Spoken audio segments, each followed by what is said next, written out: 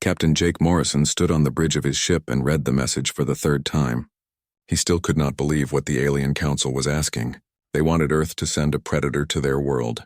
Not just any predator, but the most dangerous creature humans could find. 11 other alien races had already agreed to this strange competition. Jake looked at the screen showing pictures of the alien creatures. There was a giant serpent that could breathe fire. Another looked like a massive armored turtle with spikes covering its shell. One creature had 6 legs and a poisonous tail that dripped green liquid. Each alien race had sent their most terrifying animal to prove their strength. Lieutenant Amy Parker walked up beside Jake and stared at the screen. She had short brown hair and worried eyes. "What are we supposed to send, Captain?" "A lion, a shark?" she asked quietly. Jake shook his head. He did not have an answer yet. The alien message explained that all the creatures would be placed in a massive dome on a planet called Kavros Prime. The dome could change its environment from desert to jungle to frozen wasteland. The aliens wanted to watch how each creature survived and fought. Whichever animal impressed them most would earn their species a place on the Galactic Military Council. This meant resources, protection, and respect from the entire galaxy. Kevin Barnes, the navigation officer, joined them at the screen. The Draknor race sent a worm that is 40 feet long.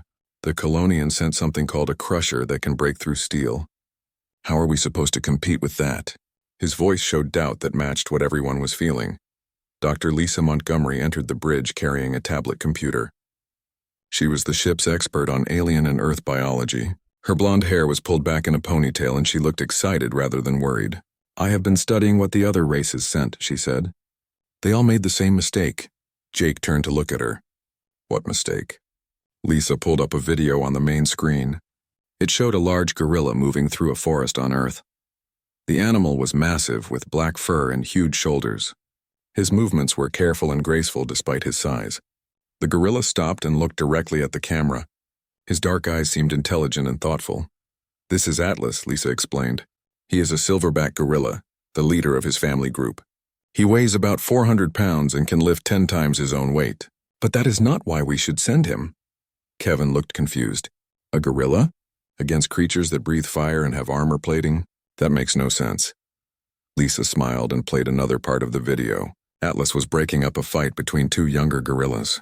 He did not attack them or hurt them. He simply stood between them and placed his hand on one gorilla's chest.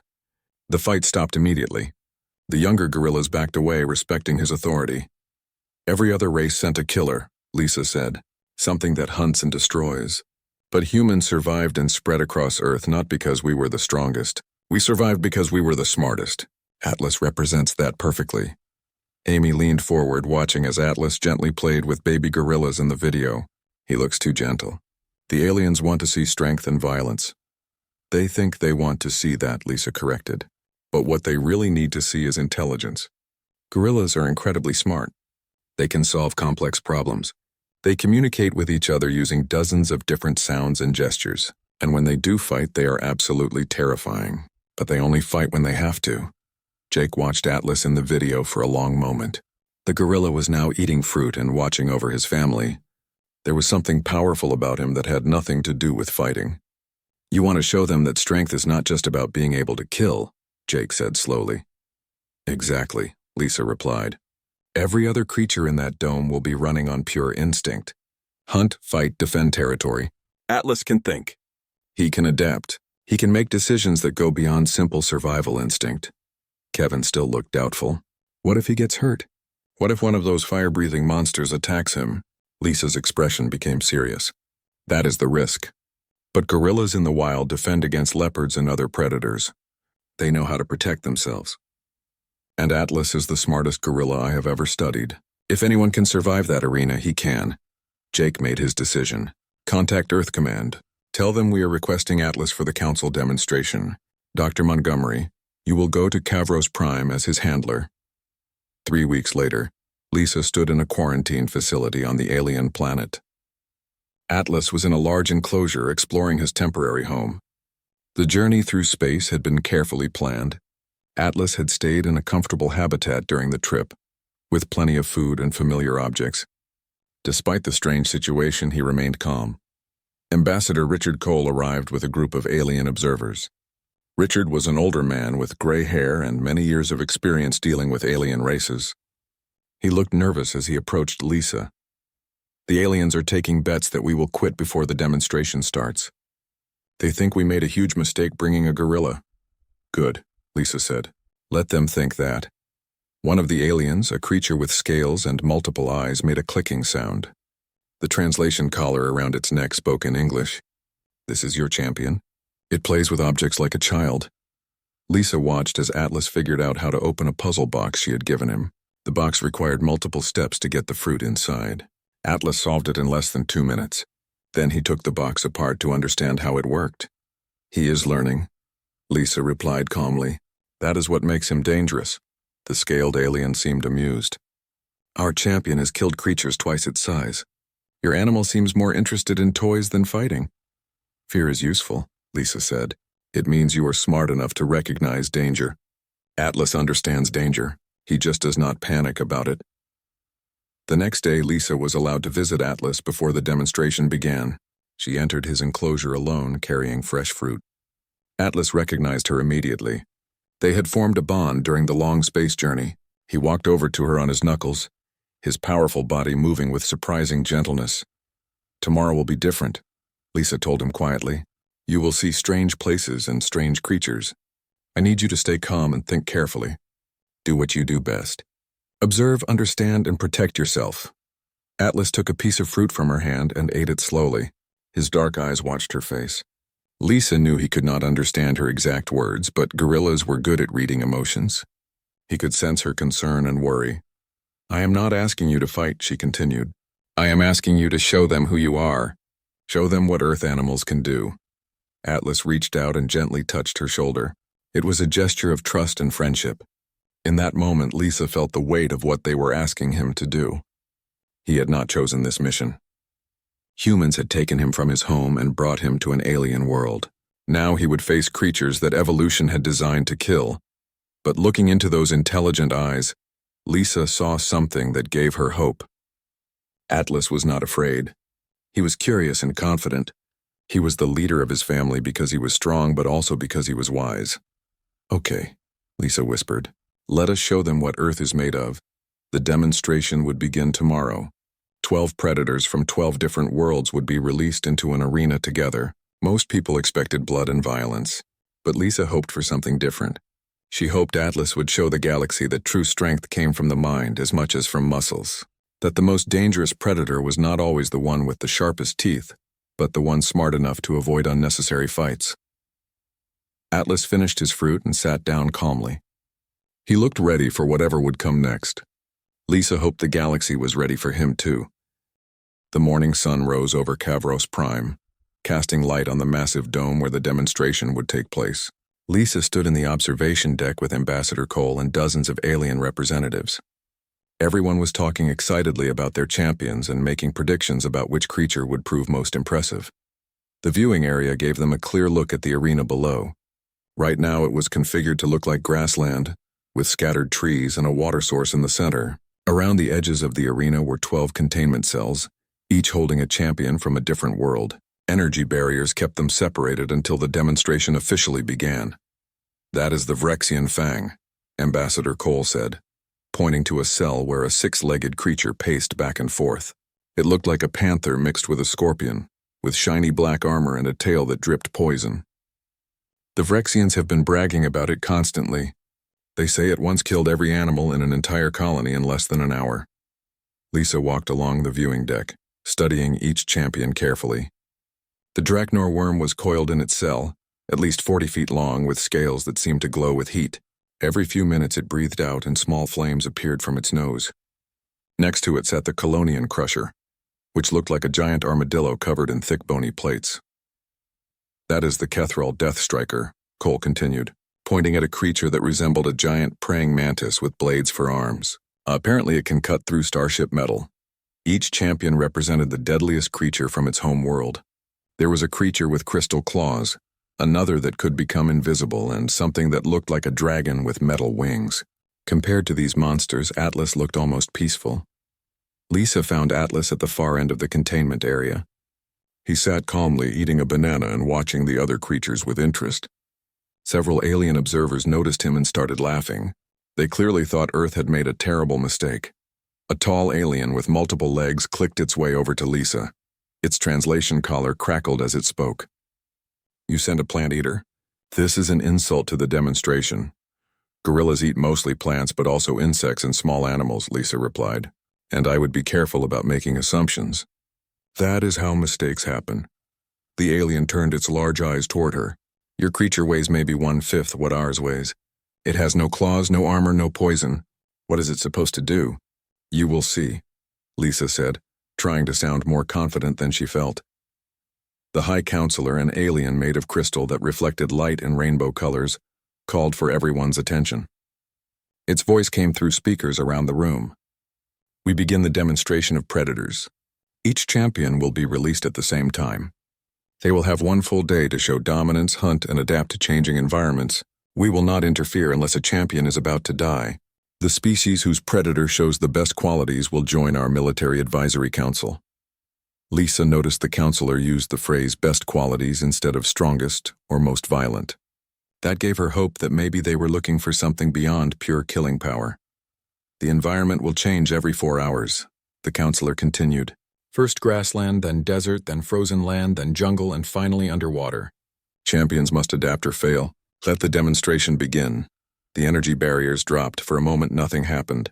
The champions slowly emerged from their cells, each one carefully checking the new environment. The Vrexian Fang crouched low, its 6 legs spreading as it searched for prey. The Drachnor worm slithered toward the water. The Colonian Crusher started digging, making a defensive position. Atlas walked out of his cell on his knuckles and immediately climbed the nearest tree. From up high, he looked around the entire arena, his head turning slowly as he noted threats and resources. This was typical guerrilla behavior, seeking high ground to observe before taking action. "Smart," Cole whispered. "He is not engaging with the others." The first fight happened within minutes. The Kethril Death Striker and another creature both moved toward the water source at the same time. The mantis creature attacked immediately, its blade arm striking incredibly fast. But the other creature was faster, dodging aside and slashing back with crystal claws. The sound of crystal hitting armor rang across the arena. Other champions began claiming territories.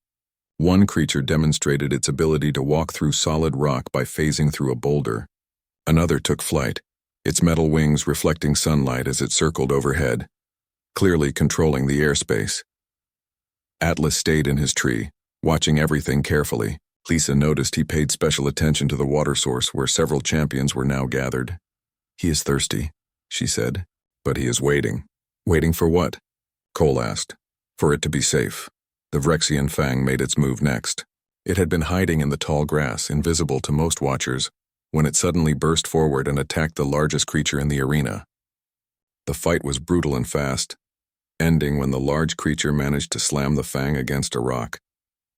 Both creatures separated, wounded but alive. Through all of this, Atlas remained in his tree, processing everything he saw. He was learning which creatures were fastest, which were strongest, and which were most aggressive. "The environment will change in 15 minutes, the High Counselor announced. Desert configuration. The temperature in the arena began rising. The grass started dying and disappearing into the ground. Sand began blowing across the field, carried by artificial wind. The water source in the center shrank to a small pool. Atlas climbed down from his tree and moved toward the water. But he did not go straight there. Instead, he circled around, using rocks and remaining vegetation as cover. When he finally reached the water, most other champions had left to find shelter from the heat. Atlas drank deeply, then did something that surprised everyone watching. He soaked plants in the water and draped them over his head and shoulders. This created a simple but effective way to stay cool. Then he collected more wet plants and carried them back to a shaded area under a rock. "Did he just use tools?" Cole asked in amazement. "Tool use," Lisa confirmed with satisfaction. "He is preparing for when it gets even hotter." During the desert phase, many champions struggled with the heat. The fire-breathing worm did well in the hot environment and tried to control the water source, but even it had to respect the Colonian Crusher, which had dug deep tunnels under the sand. Atlas stayed in his shelter, saving energy and staying cool with his wet plants. When a smaller predator tried to take his spot, Atlas showed his strength. He stood to his full height, beat his chest once, and charged. The display was enough. The smaller creature ran away without a fight. He is not wasting energy on unnecessary battles, Ambassador Cole observed. He is being strategic. As the desert continued, Lisa noticed something interesting. Atlas had positioned himself near one of the tunnel entrances made by the Crusher. When the armored creature came out briefly, Atlas moved aside, giving it space. The Crusher paused, seemed to decide Atlas was not a threat, and continued on its way. What was that? Cole asked. Recognition of mutual non-aggression, Lisa explained. Atlas knows he cannot hurt that armored shell, and the Crusher probably cannot catch him. So they are avoiding conflict. The temperature suddenly dropped as the Arctic phase began. Ice formed across the arena and snow started falling. Champions that did well in the desert now struggled. The fireworm became slow as its body cooled. The Rexian Fang, already injured from earlier fighting, sought shelter in the tunnels. Atlas had never seen snow before, but he adapted quickly. He found a small cave and used his strength to pile rocks at the entrance, creating a wind barrier. Then he brought in the plants he had collected during the desert phase. As they dried, they provided a little bit of warmth. He is using resources from the previous environment to survive the current one, Lisa explained to the aliens gathering around their viewing area. That is not instinct. That is intelligence. When the jungle phase came, Atlas finally showed what he could really do. Gorillas were jungle animals, and Atlas moved through the transformed environment with confidence. He foraged for food, found fruit and edible plants, and built a nest in the trees just like he would at home. Then the invisible creature, confident in its phasing ability, tried to ambush him. It appeared suddenly on Atlas's branch, ready to attack. Atlas reacted with shocking speed. His massive hand shot out and grabbed the creature before it could phase away. The creature screamed and struggled, trying to use its ability, but Atlas's grip was too strong. Instead of killing it, Atlas simply held the creature, squeezing just enough to stop it from moving. He looked into what passed for the creature's eyes for a long moment. Then almost gently he set it down on a lower branch and let it go. The creature scrambled away, clearly deciding Atlas was not something to mess with. Mercy, Cole whispered. He showed mercy. Or wisdom, Lisa said. Why make an enemy when you do not have to? The aquatic phase began next, with water flooding the arena floor. Many land-based predators immediately struggled, thrashing in the water or retreating to shrinking islands. This was the challenge Lisa had worried about most. Gorillas were not natural swimmers. In the wild, they avoided deep water. The demonstration entered its second day with all 12 champions still alive, though several were injured and tired. This alone was remarkable. In previous demonstrations, at least 3 or 4 creatures had usually died by this point. The council observers were busy, analyzing data and arguing about what Atlas's behavior meant for their traditional understanding of predatory strength. Lisa returned to the observation deck as the twin suns rose over Kavros, Prime. Atlas was awake in his tree nest, grooming himself carefully. Even after a full day in the arena facing extreme environments and dangerous predators, he maintained his normal routine. There was something very human about it, the need for normalcy even in abnormal situations. The council is divided, Ambassador Cole said as he joined her. Half of them are fascinated by Atlas. The other half think we are making a joke of the demonstration. What do you think? Lisa asked. Cole watched Atlas below. I think we accidentally revealed something about humanity that we usually try to hide in diplomatic meetings. We are not the biggest, not the strongest, not the most technologically advanced. But we are adaptable and we refuse to give up. Atlas is showing them exactly what that looks like. The High Counselor's voice resonated through the observation deck. A crisis scenario begins now. All champions will face a common threat. Their responses will be evaluated. The arena's environment began shifting again, but this time something was different. The ground shook and massive cracks appeared across the terrain. From these cracks emerged creatures that had not been present before. They were artificial, biomechanical constructs designed by the Council specifically for this test. The constructs looked like giant metal spiders, each one the size of a small vehicle, with reinforced armor and energy weapons built into their legs. There were 6 of them, and they began moving across the arena with clear purpose, hunting the champions. What are those? Lisa demanded, turning to face the nearest council member. Threat assessment constructs, explained an alien admiral. We need to see how your champions respond to a superior force. Can they adapt? Can they survive against technology as well as biology? The champions' reactions were immediate and varied. The flying creature took to the air immediately, trying to escape the construct's range. The armored crusher retreated into its shell and started digging frantically. The fireworm attacked the nearest construct with flames and teeth, learning too late that the machines were heat-resistant. Atlas's first response was what Lisa had come to expect. He climbed higher in his tree and watched, studying how the constructs moved, how they targeted their prey, and looking for any weaknesses. But one of the constructs had locked onto him specifically, its sensors identifying him as a priority target based on the Council's interest in him. The construct fired an energy weapon that cut through the tree trunk. Atlas had less than a second to react. He jumped, caught a branch on a nearby tree, and swung himself to safety as his original tree crashed to the ground. The construct pursued, its mechanical legs carrying it with frightening speed. "He is trapped," Cole said. "Those things are faster than he is and stronger." But Lisa was watching something else. Atlas was not just running randomly. He was leading the construct toward something specific. The water from the aquatic phase had left behind several deep pools. Atlas reached the largest pool and dove in, using his underwater walking technique to move beneath the surface. The construct followed him to the water's edge, its sensors tracking Atlas's heat signature under the water. It positioned itself at the best firing angle and prepared to shoot. But Atlas had timed everything perfectly. He emerged from the water directly behind the construct, grabbed one of its legs, and with tremendous effort, flipped the entire machine into the deep pool. The construct thrashed wildly, its weapons firing in random directions as water flooded its systems. Atlas had recognized what the Council's engineers apparently had not fully considered. The constructs were not waterproof. "Unbelievable," Cole whispered.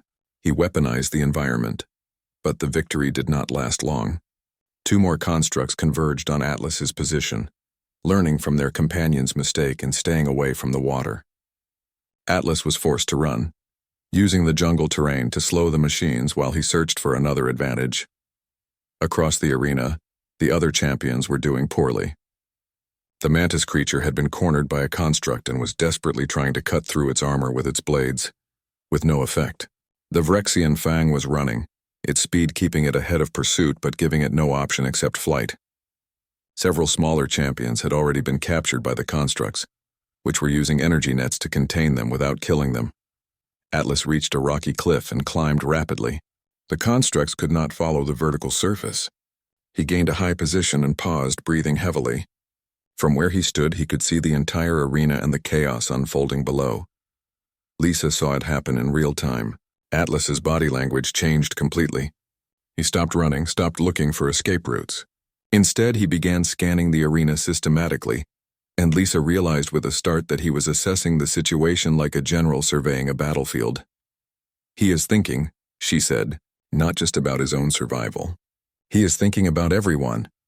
Atlas cupped his hands around his mouth and released a series of vocalizations, deep guerrilla calls that carried across the entire arena. Every champion, every construct, every observer heard them, and to the shock of everyone present, several of the other champions responded. The Vrexian Fang changed direction, moving toward Atlas's position instead of away from the constructs. The armored crusher emerged from underground and began moving in the same direction. Even the fireworm, battered from its fight with a construct, slithered toward the rocky cliff. "What is he doing?" Cole asked in amazement. "He is calling for coordination," Lisa said, barely able to believe it herself. "He is trying to organize a defense." The constructs, following their programming, converged on the gathering of champions at the rocky cliff. It should have been a perfect opportunity to capture multiple targets at once, but Atlas had chosen the location carefully. The cliff created a natural bottleneck, limiting how many constructs could approach at the same time. What happened next would be analyzed by military strategists across the galaxy for years. Atlas had somehow communicated a simple strategy to the other champions. When the first construct climbed up the rocks, the fireworm hit it with sustained flames from one side, while the armored crusher rammed it from the other. The construct, attacked from multiple angles simultaneously, lost its footing and tumbled down the rocks. Its armor cracked. The second construct tried a different approach, firing its energy weapons from a distance. But the Vrexian Fang, showing incredible speed and timing that matched Atlas's coordination, darted forward and used its poisonous stinger on the construct's sensor array. Partially blinded, the construct's aim became wild and inaccurate. Atlas himself took on the third construct using a massive boulder. He lifted it with tremendous effort and hurled it down the slope. The boulder struck the construct's legs, breaking two of them and stopping the machine from moving. The remaining constructs reassessed their situation. Their artificial intelligence recognized that the champions had fundamentally changed the rules of engagement.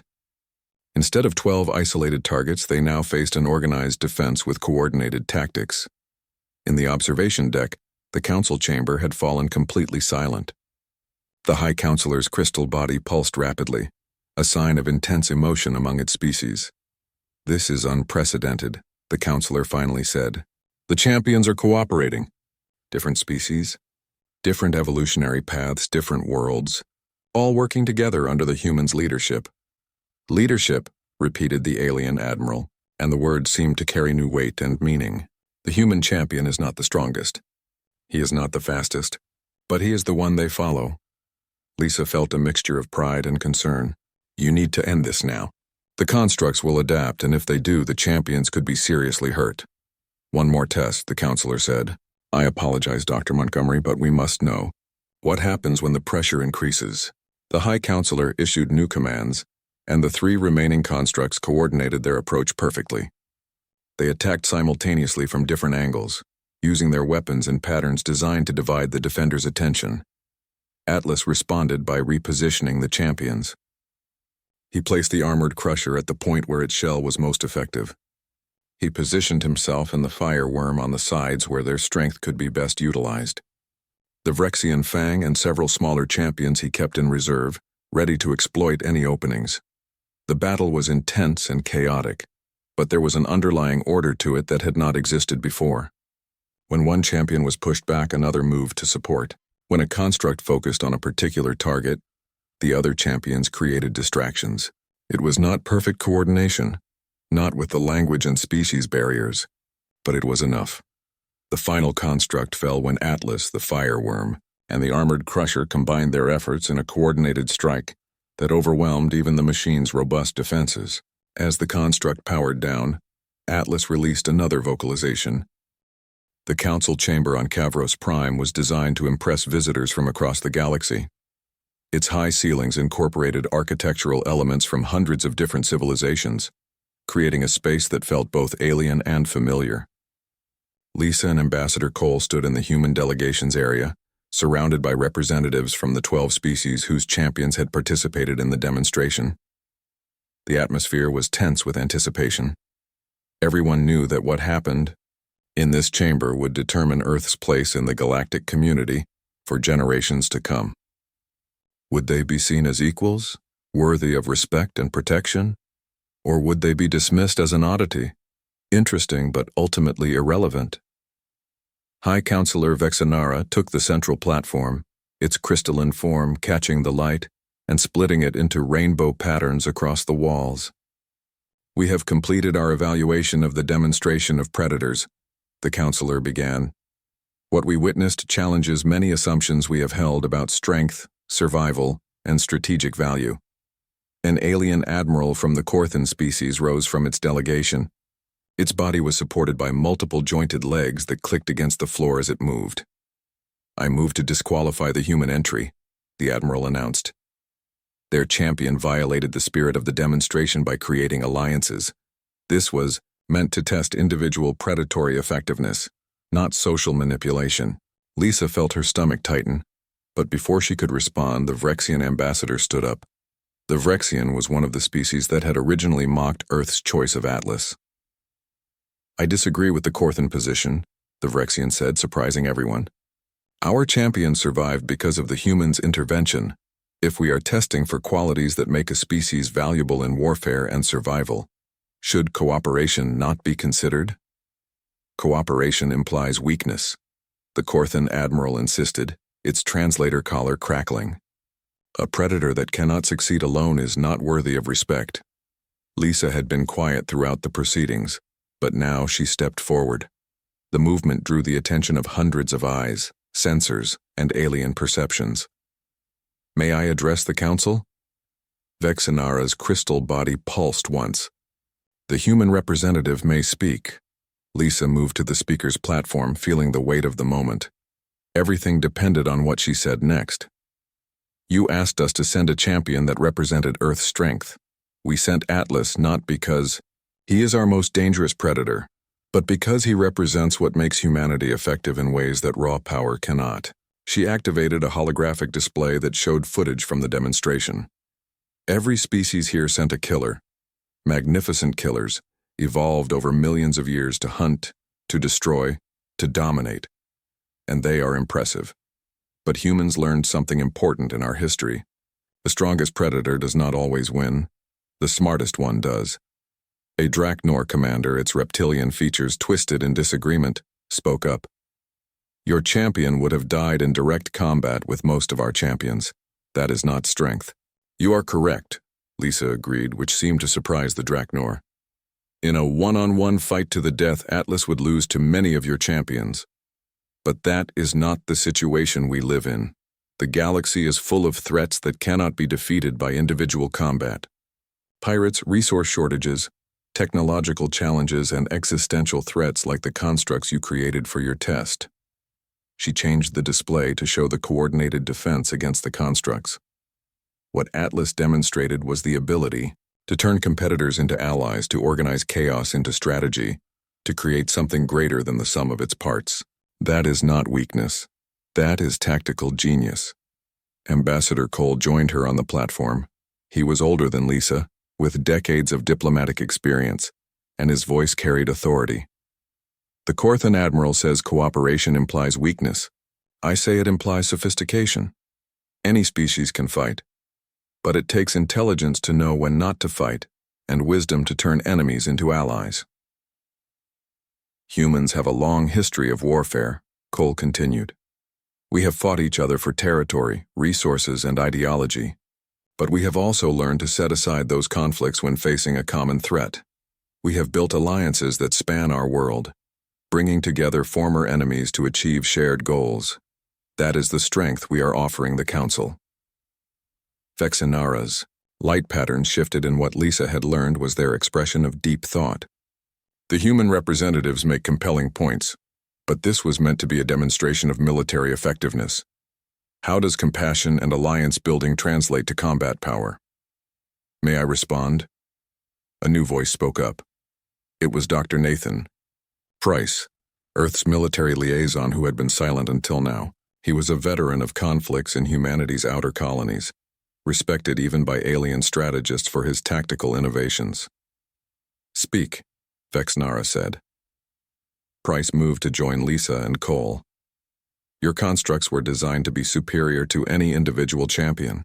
Stronger, faster, better armed. In a traditional combat scenario, they should have won easily. But they did not. Why? Because Atlas changed the parameters of the engagement. He recognized that the construct's advantage was negated by coordinated resistance. That is not just smart. That is how wars are won. Price pulled up historical data from Earth's military archives. Humanity has faced extinction-level threats multiple times in our history. We survived not because we had the strongest individuals, but because we could organize those individuals into effective units. A lone soldier is vulnerable. A coordinated squad is formidable. An army working toward a common goal is nearly unstoppable. Your proposal, then, the Corthan Admiral said slowly, is that humanity should be valued not for individual combat prowess, but for organizational ability. I am proposing that those are not separate qualities, Price replied firmly. The ability to fight and the ability to coordinate fighting are both essential. Atlas demonstrated both. He could disable opponents when necessary, as he showed with the mantis creature. But he chose to organize them instead. That is not choosing the weaker path. That is choosing the smarter one. The chamber erupted in debate. Some species argued that the demonstration had been fundamentally changed by Atlas's behavior and should be considered invalid. Others insisted that adaptation and innovation were exactly what should be tested. The argument went on for hours, with various factions forming and reforming as the implications were discussed. Lisa watched it all, trying to gauge which way the decision would go. Some aliens seemed genuinely impressed by what Atlas had done. Others appeared threatened by it, perhaps worried about what it meant for their own standing in the council hierarchy. Finally, High Counselor Vex Nara called for order, the sound resonating through the chamber until everyone fell silent. We will put this to a vote, but first I want to show you something that has not been made public. The holographic display shifted to show footage from the containment area after the demonstration had ended. Atlas was in his recovery cell, receiving treatment for minor injuries. The cell next to his contained the Vrexian Fang, also being treated for wounds it had sustained. The footage showed Atlas approaching the transparent barrier between the cells. The Fang, cautious but curious, approached from the other side. For a long moment, the two apex predators from completely different worlds simply observed each other. There was no aggression, no territorial display, just quiet assessment. Then Atlas placed his palm flat against the barrier. After a brief hesitation, the Fang lifted one of its forelimbs and touched it to the same spot on its side, mirroring Atlas's gesture through the transparent wall. "This moment," Vexnara said, and there was something like emotion in the artificial voice, "represents something we have rarely seen in all our centuries of galactic civilization. Two species, evolved on different worlds under different stars, with no common language or culture, forming a bond of mutual respect." The High Counselor's crystal body pulsed with increased intensity. "We called this gathering to test predatory strength. What we discovered is that strength has more dimensions than we had considered. The human champion demonstrated physical power, environmental adaptation, tactical intelligence, and social coordination. But most importantly, he demonstrated the capacity to transform conflict into cooperation. The question before us is not which champion was the strongest in combat," Vexanara continued. "The question is which species would make the most valuable ally. Which species brings qualities to the Council that we currently lack?" The Colonian ambassador rose, its massive armored form moving with surprising grace. "The Crusher species votes for humanity. Our champion would have been destroyed by the constructs if not for the humans' coordination." One by one, other ambassadors stood to voice their positions. The vote was not unanimous. The Corthans maintained their position that individual combat prowess should be the primary consideration. Several smaller delegations abstained, uncertain about the implications of accepting humanity's approach. But when the final tally was counted, humanity had achieved the necessary majority. Earth would be granted a seat on the Galactic Council's Military Advisory Board, with all the resources, protection, and responsibilities that came with that position. Ambassador Cole addressed the council as the vote concluded. "We accept this honor with humility and gratitude." 2 months had passed since the demonstration on Kavros Prime. Atlas was back home in his preserve in the Congo Basin, surrounded by his family group. He had resumed his role as the dominant Silverback, protecting his troop and maintaining order through a combination of strength and gentleness. For Atlas, the journey to the stars was already becoming a distant memory, no more significant than any other day in his life. But across the galaxy, the impact of what he had done continued to spread like ripples in a pond. The footage from the demonstration had been shared among countless civilizations. Philosophers debated what it meant. Military strategists studied Atlas's tactics. And slowly, carefully, attitudes began to shift. Lisa stood in the observation tower overlooking Atlas's territory, watching him play with several young gorillas who climbed fearlessly over his massive frame. She had returned to Earth to write her report and testify before various committees about the demonstration. Everyone wanted to understand how a gorilla had succeeded, where humanity's most advanced weapons and strategies might have failed. "He does not even know, does he?" Colonel Sarah Blake said, joining Lisa at the window. Blake was the leader of Earth's new delegation to the Galactic Council's Military Advisory Board. She had arrived at the preserve to discuss the implications of Atlas's demonstration before departing for council space. "Know what?" Lisa asked. "That he changed everything," Blake replied. She was a career military officer, with gray streaks in her dark hair and eyes that had seen combat. Before Atlas, most galactic civilizations saw cooperation as a sign of weakness. They respected raw power and individual strength. Now they are reconsidering everything they thought they knew about warfare and survival. Lisa watched Atlas gently remove a young gorilla from his back and set it on the ground before resuming his foraging. "I think that is what made it so effective," she said. Atlas was not trying to make a point or prove anything. He was just being himself, and that authenticity resonated in a way that calculated diplomacy never could have. Blake nodded slowly. "The Vrexian ambassador contacted us last week. They want to send a delegation to Earth to study our approach to alliance building. The Vrexians, who originally mocked our choice of Atlas, now want to learn from us." "What about the Korthans?" Lisa asked. The Korthan species had been the most vocal opponents of humanity's approach. "Even they are coming around," Blake said. "Not publicly, not yet. But their military strategists have been quietly requesting copies of our tactical manuals and historical analyses. They are particularly interested in how we turned Germany and Japan from enemies into allies after our Second World War." Lisa turned away from the window to face Blake directly. "So what happens now? What is Earth's role in all of this?" Blake pulled out a tablet and brought up a document. "The Council has formally requested that Earth establish a training program. They want us to teach their military officers about coordinated tactics, alliance building, and what they are calling adaptive strategic thinking. Basically everything Atlas demonstrated in that arena. Can we do that?" Lisa asked. "Teach alien species to think like humans?" "Not like humans exactly," Blake corrected. "But we can teach them the principles. How to assess situations from multiple perspectives. How to identify potential allies even among competitors. How to create tactical advantages through cooperation rather than just overwhelming force." She switched to a different file on her tablet. "We are also being asked to mediate several ongoing conflicts. Small-scale territorial disputes, resource disagreements, that sort of thing. Species that have been fighting for decades are suddenly willing to try negotiation, partially because they saw what Atlas accomplished through nonviolent coordination." Lisa felt the weight of responsibility settling on her shoulders. "What if we fail? What if these conflicts escalate despite our involvement? Then we learn from it and try again," Blake said simply. "That is another thing Atlas taught the galaxy. Failure is not the end. It is information you use to adapt your approach." They stood in silence for a moment watching Atlas below.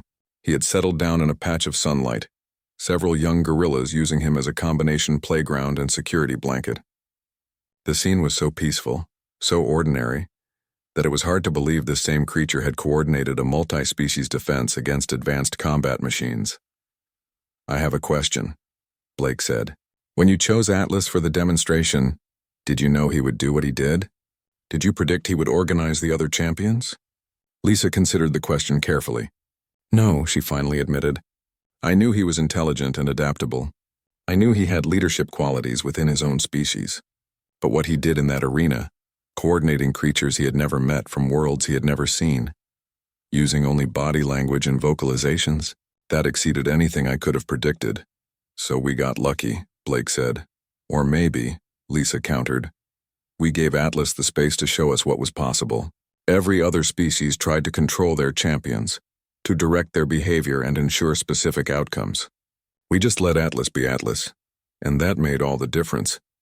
Blake seemed to consider this. That might be the most important lesson of all. Sometimes the best strategy is to trust your people to make good decisions and support them when they do. In the weeks that followed, Earth's delegation departed for council space. They carried with them detailed analyses of Atlas's behavior, historical examples of human alliance building, and most importantly, a fundamentally different philosophy about strength and warfare. The first training sessions were challenging. Many of the alien officers struggled with concepts that humans took for granted. The idea of showing mercy to a defeated enemy, for example, was completely foreign to some species. Others could not understand why you would share resources with potential competitors. But slowly, through patience and practical demonstrations, the human instructors made progress. They showed how former enemies could become valuable allies.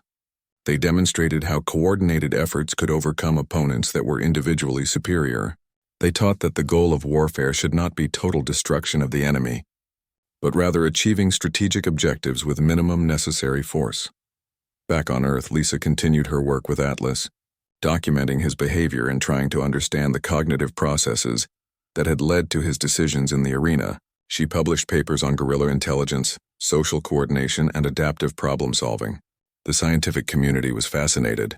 and funding for primate research increased dramatically. One afternoon, as Lisa sat watching Atlas interact with his family, she received a video call from Ambassador Cole. He was on the council station, looking tired but satisfied. "I wanted you to see this," Cole said, turning his camera to show a large meeting room. Inside were representatives from dozens of alien species, all attending a seminar on cooperative tactics. "This is our third session this week. We cannot keep up with the demand." "That is incredible," Lisa said. "It gets better," Cole continued, turning the camera back to himself. 3 regional conflicts that have been active for over a century are now in active negotiation. The parties involved specifically requested human mediators because they saw what Atlas accomplished. They figure if a gorilla can get competing predators to work together, maybe we can help them find common ground. "And can we?" Lisa asked. "We are certainly trying," Cole replied. "It is not easy. These are complex situations with deep historical roots. But for the first time in decades, the parties are at least talking to each other. That is progress." After the call ended, Lisa remained at her observation post thinking about everything that had happened. Atlas had not set out to change the galaxy. He had simply responded to the situations presented to him using the intelligence and instincts millions of years of evolution had given him. And yet, that simple, authentic response had challenged assumptions, changed minds, and potentially saved lives across countless worlds. There was a lesson in that, Lisa thought. Humanity had spent so much time trying to prove they belonged among the stars by showcasing their technology, their achievements, their sophistication.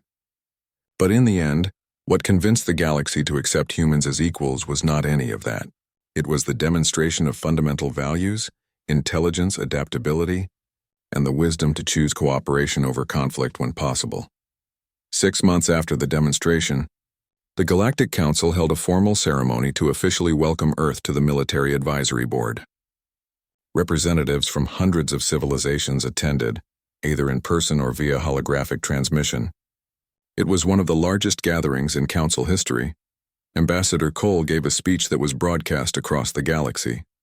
He talked about humanity's journey to the stars, their mistakes and achievements, their hopes and fears. But the part of the speech that resonated most was when he spoke about Atlas. "Some of you have asked me why a gorilla was able to accomplish what highly trained military champions could not," Cole said. "The answer is simple. Atlas was not trying to win a competition. He was trying to survive, and he understood instinctively what some civilizations forget. Survival is not always about being the strongest or the most aggressive. Sometimes survival means recognizing that you need others and that others need you.